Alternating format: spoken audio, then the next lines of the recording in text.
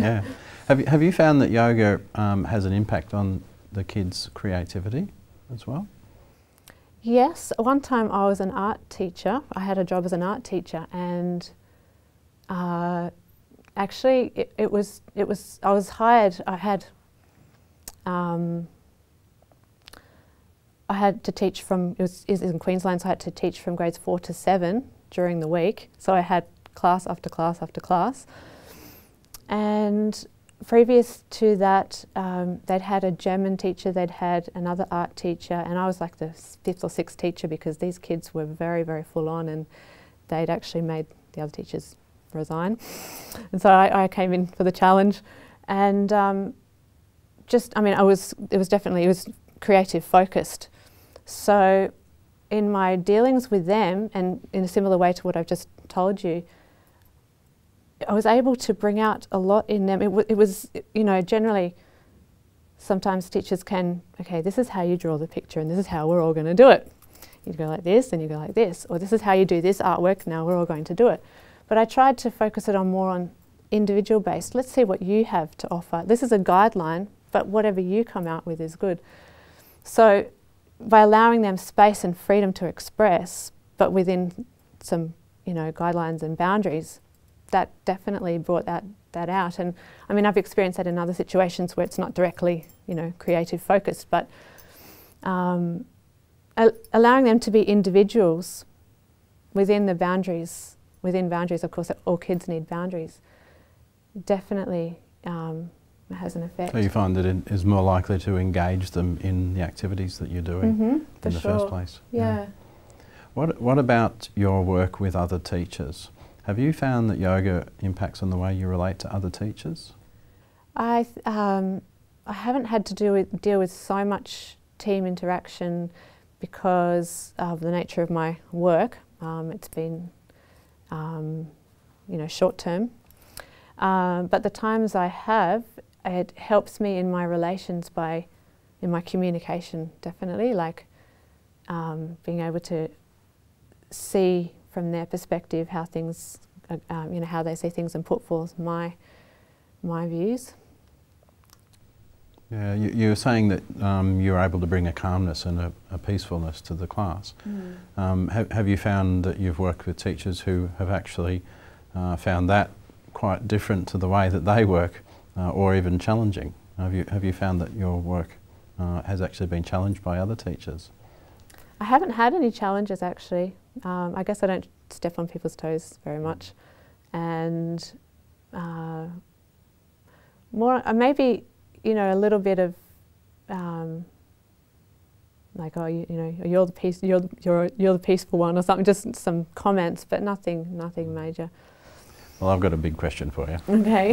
Let's say you're in charge of training teachers, the next generations of teachers. What would you do with respect to yoga in training them? Well, I guess my first thing is how much I'm allowed to give. I'm giving you an open slate here. An open slate, yeah. Because that's been an issue in how much I'm allowed to do in the classroom.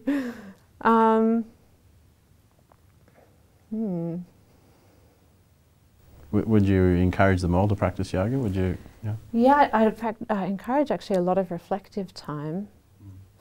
A lot of time allowed for yourself, especially in the morning, because the morning hours are very, they mould your whole day. If you just wake up, have breakfast, go, you don't have time to think. So if you actually spend some time in meditation in the morning, you have time to focus. And so yeah, I mean, I would definitely encourage those types of activities, whichever form it takes, and encourage people to become in touch with themselves and become less, have that time so they're not just always focused in the external world, or especially with technology, that, you know, computers, they can make you very, you know, focused in the external. So to have that time every day of meditation. And yeah, and then I think the relationship aspect of teaching is so important. It is the basis. If you don't have a good rapport with and you have to have a good relationship with yourself in order to have a good relationship with children or students who you're teaching. So if you have a good relationship with yourself, and then how to build good relationships with others and the children and help them to feel validated. I think that's a really very important part in training teachers. Mm. So in training our teachers, one of the things that we try to encourage is them to be reflective practitioners. There's a lot of potential for yoga in becoming reflective practitioners in terms of understanding their work through relationships with young people. For sure. Yeah.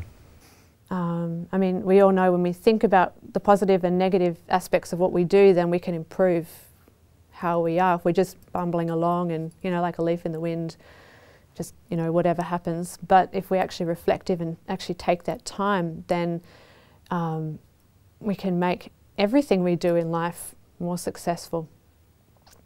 And on that, what is reflection, and who are you reflecting with, and who am I? And, you know, it's like, it's seeing who you are as a person and how you relate to others, but also how you relate to the divine. And by connecting with that spiritual aspect of yourself, you're also connecting with the source of everything. So it's like you develop more deeper intuition and insight into things through prayer and meditation.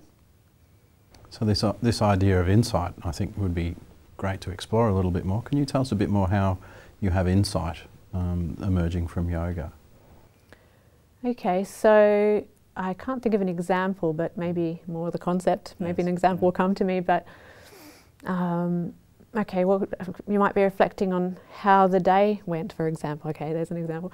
How you know, you were able to do this or you weren't able to do that.